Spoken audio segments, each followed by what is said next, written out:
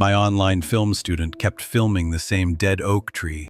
An online film student named Jacob submitted a video that made me so horrified that I had to call the dean at 1 a.m. She advised me to turn the clip over to the police. I teach filmmaking at an art college in Maryland.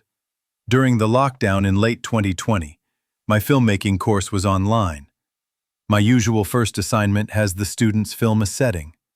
With an online class, the students just film around their houses. Most students were happy to show off their gaming setup and action figures collection. A student named Jacob put his camera on a tripod and filmed a dead oak tree in his backyard for about 5 minutes. For continuity editing, I normally have students film a chase sequence or a snowball fight. For online, students just filmed themselves cooking or playing with their pets. Jacob submitted a video of himself tying a noose. He then hung a mannequin on the same dead oak tree. I started to get creeped out, but I had to put on a brave face. Horror and film students always go hand in hand. I don't want to appear like I was easily spooked. For the next assignment, Jacob submitted a clip of a man wearing a medieval jester costume and a smiling mask, dancing around the dead oak tree. It was in black and white and was beyond disturbing. I'm used to horror movies being submitted to me by students, but those were gory and wild and fun. This clip was just eerie.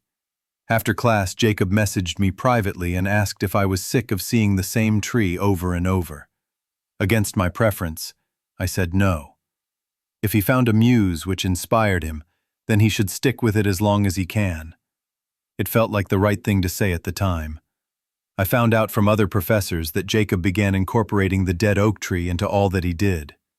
In photography class, he retouched a photo of a car crash onto a photo of the dead oak tree. In digital illustration class, he drew the dead oak tree with a bunch of people hanging from it. Meanwhile, an aspiring YouTuber named Matt asked me if he could submit a Let's Play for an assignment.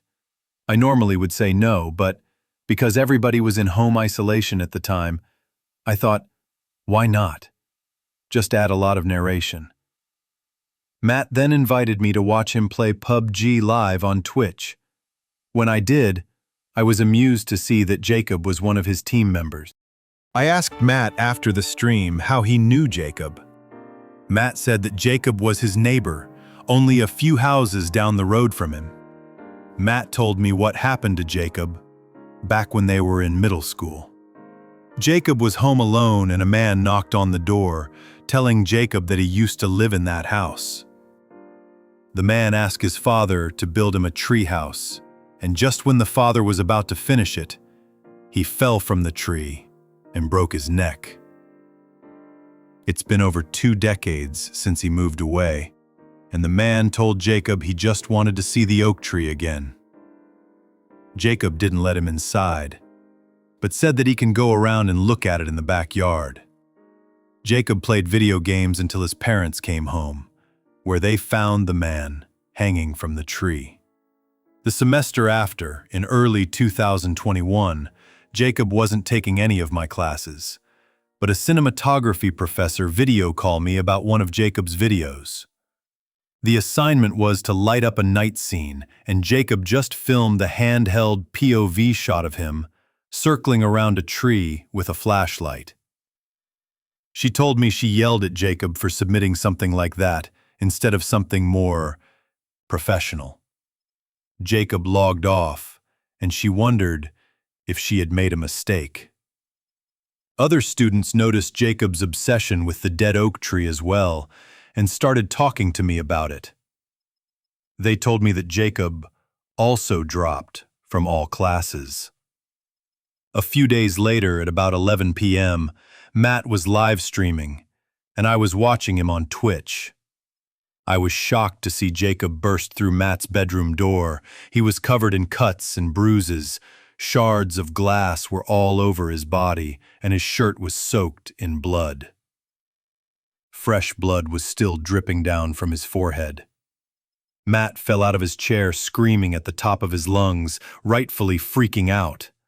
I'll give Matt credit for not cursing and chasing Jacob out of his room. Matt asked Jacob what was wrong. Jacob looked into the camera and asked if I'm watching. He told me to check the video he submitted. There were about 20 people in the chat. Some of them were my students. I at a dependable student in the chat, asking her to call 911, and told Matt to render basic first aid for Jacob. Just when I was about to call the police myself, I got a notification that someone had uploaded a large video file to our department's file storage. I opened it, and it was a video clip said to be uploaded by Jacob's username. It showed Jacob placing a camera on the back seat of his car. He turned from his driver's seat and stared into the camera.